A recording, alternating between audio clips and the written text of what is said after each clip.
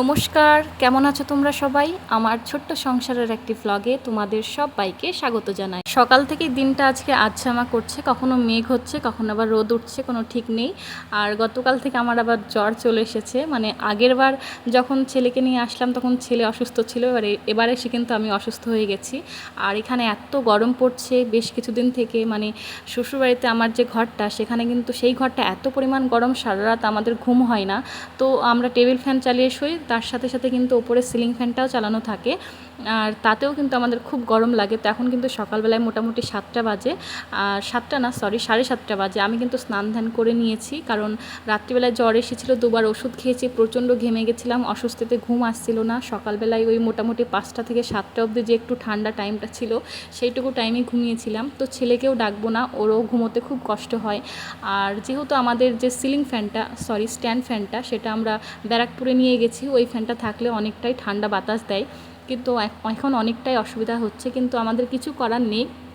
আমরা একদম নিরুপায় হয়ে গেছি।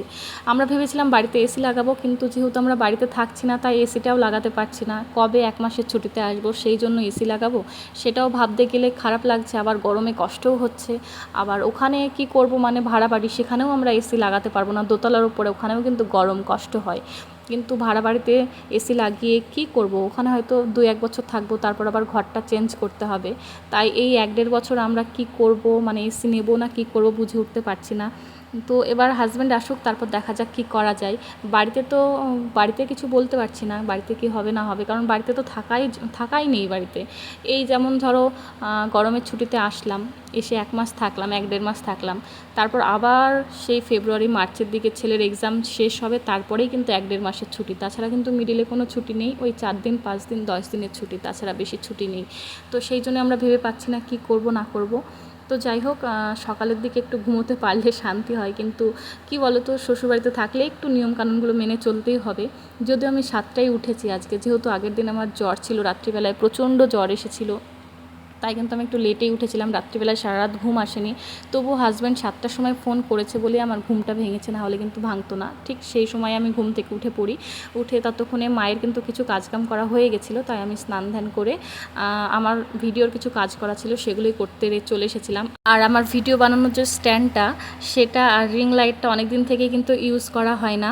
যেহেতু আমি মায়ের বাড়ি চলে গেছিলাম হঠাৎ করে, তখন কিন্তু নিয়ে গেছিলাম না, তার আগের বার যখন গেছিলাম তখন কিন্তু নিয়ে গেছিলাম, আর ছেলের শরীর খারাপ বলে গেছিলাম, তখন কিন্তু নিয়ে যাইনি, তাই সেগুলো পরিষ্কার করলাম। আর এদিকে কিন্তু আমার শ্বশুরমশাই গেছিলো মাঠে, সেখানে কিছু কাজ ছিল, তো আসার সময় আম নিয়ে এসেছে, শাক নিয়ে এসেছে, ওলের ডাঁটা এনেছে, সব মিলিয়ে কিন্তু বেশ ভালোই হবে। বাড়িতে আসলে এইসব খাবারগুলো খেতে বেশ ভালোই লাগে, মন্দ লাগে না। আর এই যে দেখো, এখন কিন্তু এইটা ভিডিও বানিয়েছিলাম সকালবেলায়, তোমরা তো দুপুরবেলায় দেখতেই পাবে রেসিপিটা।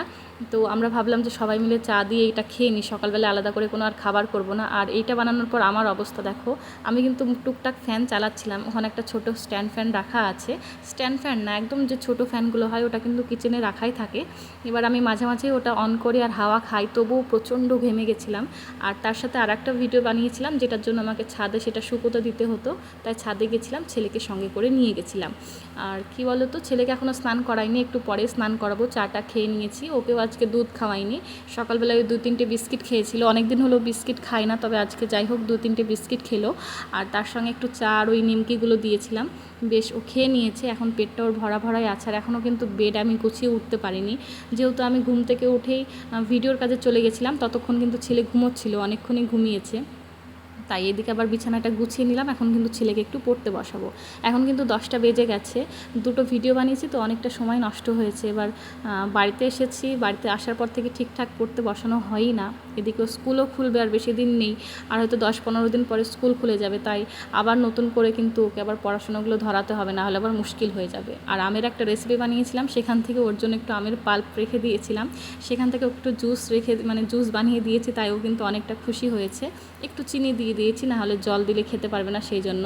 তো আমি বলছি তুই স্পুনটা দিয়ে খাস না, হাত দিয়ে খা, বলছে না মাম্মা আমি স্পুন দিয়েই খাবো। তো এই যে দেখো, বদমাইশি ওর শুরু করতেই, সবসময় ওর বদমাইশি মানে চলতেই থাকে। আমি বলছি যে তুই স্পুনটা দিয়ে খেলে কিন্তু গ্লাসটা উল্টে পড়ে যাবে, তো কিছুতেই কথা শুনছে না। আমি দেখলাম ও এখানে খাক, আমি ওইদিকে আমার কিছু কাজ আছে ভিডিও, সেগুলো করে নিই। আর তার সাথে ওদেরকে কিন্তু মা রান্না বসিয়ে দিয়েছে।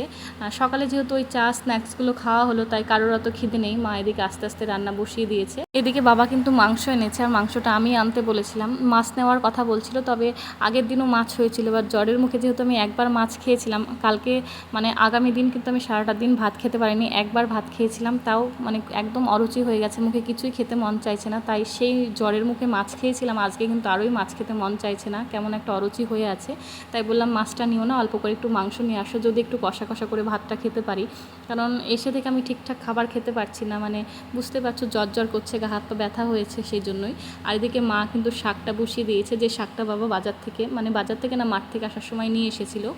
আর আমাদের এখানে, মানে যেখানে আমার শ্বশুরবাড়ি, সেখানে কিন্তু অনেক কিছুই কেনা লাগে না, এটা কিন্তু আমাদেরই নিজেদের লাগানো, মানে এই যে শাকটা দেখছো এটা আমাদের নিজেদেরই জায়গায় লাগানো আছে।